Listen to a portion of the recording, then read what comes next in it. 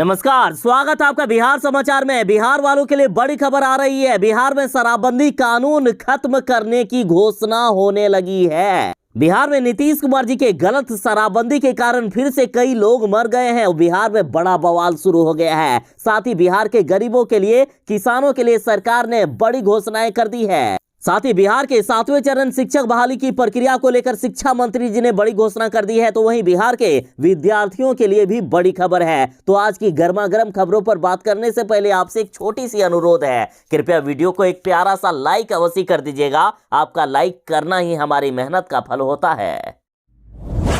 नीतीश कुमार जी अपनी पार्टी जदयू को शराब और बालू माफिया के पैसे से चला रहे हैं। दरअसल ये बड़ा दावा बीजेपी ने किया है। बीजेपी नेता सम्राट चौधरी ने कहा है कि शराब और बालू माफिया से पैसे ले लेकर नीतीश कुमार जी अपनी पार्टी जदयू को चला रहे हैं। बिहार में कोई शराबबंदी या फिर बालू बंदी नहीं है, बल्कि धड़ल्ले से शराब माफियाओं और बालू माफियाओं को परमिशन दे दिया गया है बिहार में शराब बेचने का और बालू अवैध रूप से बाहर निकालने का। बीजेपी कार्यालय में पूरे मीडिया से बात करते हुए सम्राट चौधरी ने कहा कि आरजेडी तो बालू माफिया और शराब माफिया के पैसे से तो चलता ही था, अब नीतीश कुमार की पार्टी जदयू भी बालू और शराब माफिया के पैसे से ही चल रहा है। साथ ही इधर केंद्रीय मंत्री गिरिराज सिंह की बात करें तो इन्होंने भी कहा है कि शराबबंदी से अगर बिहार में किसी को सबसे ज्यादा फायदा हुआ है तो वो नीतीश कुमार और उनकी पार्टी जदयू है।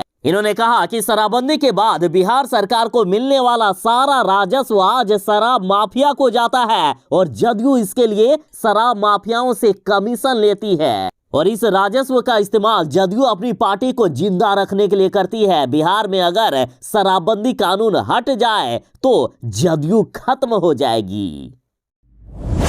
शराबबंदी खत्म करने की अब मांग हो रही है। देखिए, कहा गया कि शराबबंदी लागू करके नीतीश कुमार जी ने बिहार को बर्बाद कर दिया है, बिहार की जनता को परेशान करके रख दिया है। देखिए, प्रशांत किशोर यानी पीके ने कहा है कि शराबबंदी से 20,000 करोड़ का प्रति वर्ष बिहार को नुकसान हो रहा है, जिसकी भरपाई बिहार सरकार बिहार की जनता से कर रही है। प्रशांत किशोर ने कहा है कि बिहार में होम डिलीवरी वाला शराबबंदी है। ये बिहार सरकार शराबबंदी के नाम पर आम जनता को लूट रही है। प्रशांत किशोर ने कहा कि आज पेट्रोल और डीजल की कीमतों में 10 रुपये बढ़ाकर बिहार सरकार जनता को लूट रही है। जो शराबबंदी से नुकसान हो रहा है तो जनता महंगाई के रूप में इसका खामियाजा भुगत रही है। पीके ने कहा कि बाकी अन्य राज्यों के मुकाबले बिहार में पेट्रोल और डीजल की कीमत पर 10 रुपया ज्यादा वसूला जा रहा है।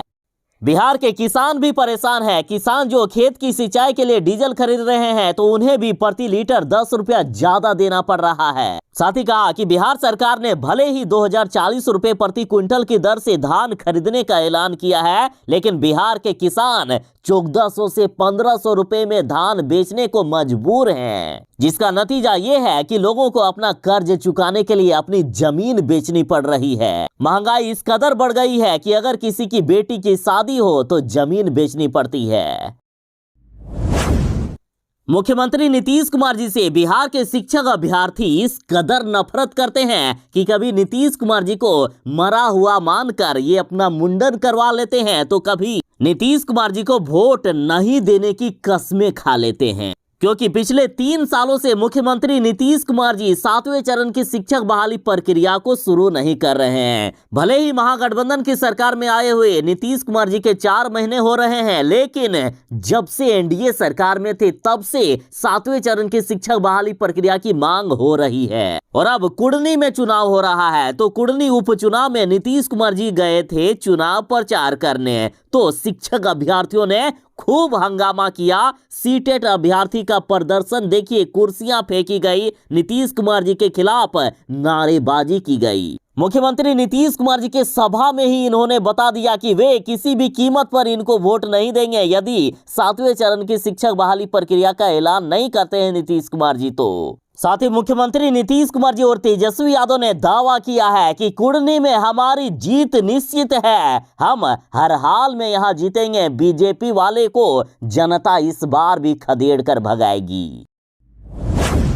बिहार के शिक्षक अभ्यर्थियों ने नीतीश कुमार जी जब चुनाव प्रचार कर रहे थे कुढ़नी में तो खूब हंगामा किए और अब जाकर बिहार के शिक्षा मंत्री चंद्रशेखर जी ने बड़ा बयान दे दिया है। कहा है कि जल्द ही भरे जाएंगे 3,38,000 शिक्षकों के खाली पद। लेकिन शिक्षक अभ्यर्थियों की माने तो वे ये कह रहे हैं कि जल्द बोलने से अब काम नहीं चलेगा, सीधे डेट का ऐलान कीजिए कि कब आखिर हमारे शिक्षक नियोजन को पूरा किया जाएगा। बिहार में कुढ़नी विधानसभा का चुनाव हो रहा है। शिक्षक अभ्यर्थी नीतीश कुमार जी से काफी गुस्से में है और अब जाकर बिहार सरकार फिर से यही चाल चल रही है कि जल्द ही शिक्षक अभ्यर्थियों के पद भरे जाएंगे। एक बार चुनाव संपन्न हो जाने के बाद, चुनाव जीत जाने के बाद फिर से शिक्षक अभ्यर्थियों के मांग को साइड कर दिया जाएगा, ऐसा शिक्षक अभ्यर्थी कह रहे हैं। देखिए, शिक्षक अभ्यर्थियों के साथ जितना अन्याय हुआ है ना बिहार में, शायद ही किसी के साथ ऐसा हुआ होगा। एक तरफ जहां तेजस्वी यादव ने घोषणा की कि हमारी सरकार बनते ही पहले ही कैबिनेट में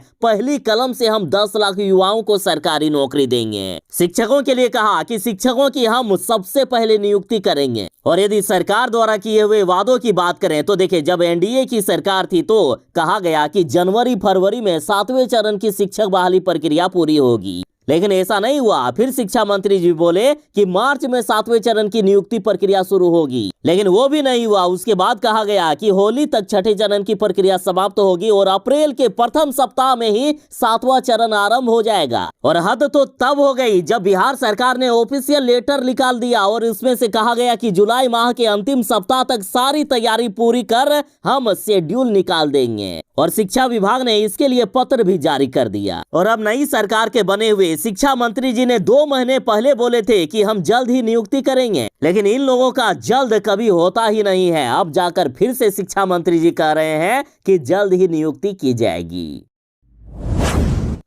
ना जाने मुख्यमंत्री नीतीश कुमार जी ने शराबबंदी कानून को सफल बनाने के लिए और बिहार में जहरीली शराब ना बिके इसके लिए क्या कुछ नहीं किया।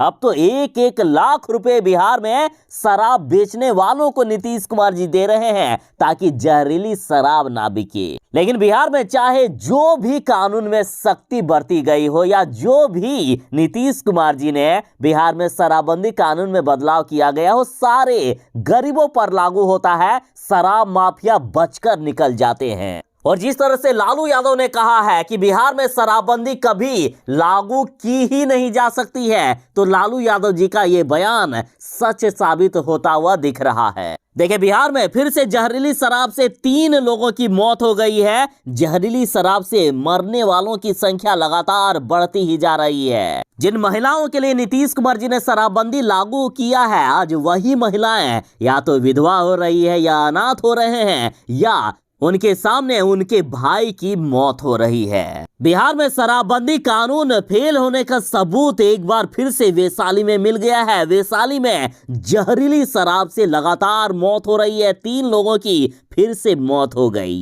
और इसलिए कांग्रेस वाले अब लगातार मांग करने लगे हैं कि बिहार में शराब बेचने की शुरुआत कीजिए नीतीश कुमार जी। कम से कम लोगों को ओरिजिनल शराब तो मिल पाएगी, कम से कम जहरीली शराब पी कर लोगों की मौत तो नहीं होगी। जहरीली शराब से कोई डायरेक्ट मर रहे हैं तो किसी की आंख की रोशनी जा रही है। लोगों को लगातार शराबबंदी कानून के तहत तड़पा कर मारा जा रहा है और इसलिए अब चारों तरफ से मांगे हो रही है कि शराबबंदी कानून को बिहार से खत्म कर देना चाहिए।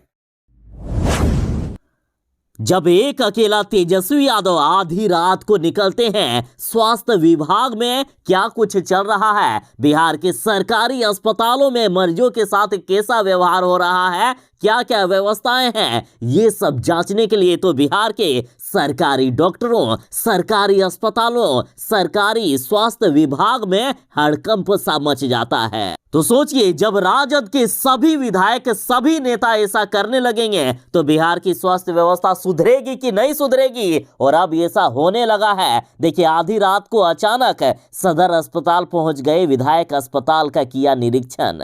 खबर है बिहार के नवादा से। नवादा सदर अस्पताल में आधी रात को रजौली विधायक प्रकाश वीर ने औचक निरीक्षण किया और इस दौरान अस्पताल में खामियों को देखकर जमकर स्वास्थ्य कर्मियों की फटकार लगाई। वहीं डॉक्टरों से भी भारी जानकारी ली। उन्होंने कहा कि अस्पताल में कई कमियां हैं जिसे जल्द ही हम ठीक कर देंगे, जल्द ही पूरा किया जाएगा। इन्होंने वादा किया है कि अस्पताल में मरीजों को हर तरह की सुविधा कराई जाएगी मुहैया। तो सोचिए, जब राजद के सभी विधायक, सभी नेता तेजस्वी यादव के कदम पर चल पड़ेंगे तो बिहार की स्वास्थ्य व्यवस्था जरूर ही सुधर जाएगी।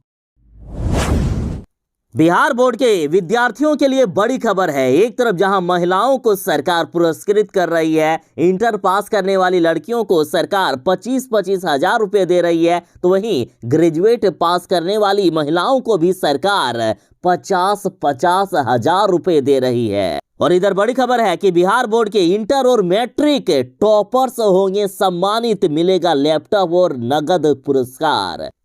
देखिए, बिहार विद्यालय परीक्षा समिति की ओर से प्रथम राष्ट्रपति डॉक्टर राजेंद्र प्रसाद की जयंती पर शनिवार को सुबह 11 बजे से ज्ञान भवन के सम्राट अशोक कन्वेंशन हॉल में मेगा दिवस समारोह 2022 आयोजित किया गया है और इस समारोह में इंटर और मैट्रिक परीक्षा 2022 के टॉपर्स को 64 टॉपर्स को पुरस्कृत किया जाएगा। तो आखिर क्या मिलेगा? तो देखिए, मैट्रिक परीक्षा में प्रथम स्थान प्राप्त करने वालों को 1-1 लाख रुपए, दूसरा स्थान प्राप्त करने वालों को 75-75 हजार, तीसरा स्थान प्राप्त करने वालों को 50-50 हजार रुपए मिलेंगे। तो वहीं चौथे से 10वां स्थान प्राप्त करने वालों को 10-10 हजार रुपए दिए जाएंगे और साथ ही प्रशस्ति पत्र, मेडल व लैपटॉप देकर सम्मानित किया जाएगा। इंटर परीक्षा 2022 के चौथे व 5वें स्थान पर रहने वाले स्टूडेंट को 15-15 हजार रुपए दिए जाएंगे। साथ ही प्रशस्ति पत्र, मेडल व लैपटॉप दिया जाएगा।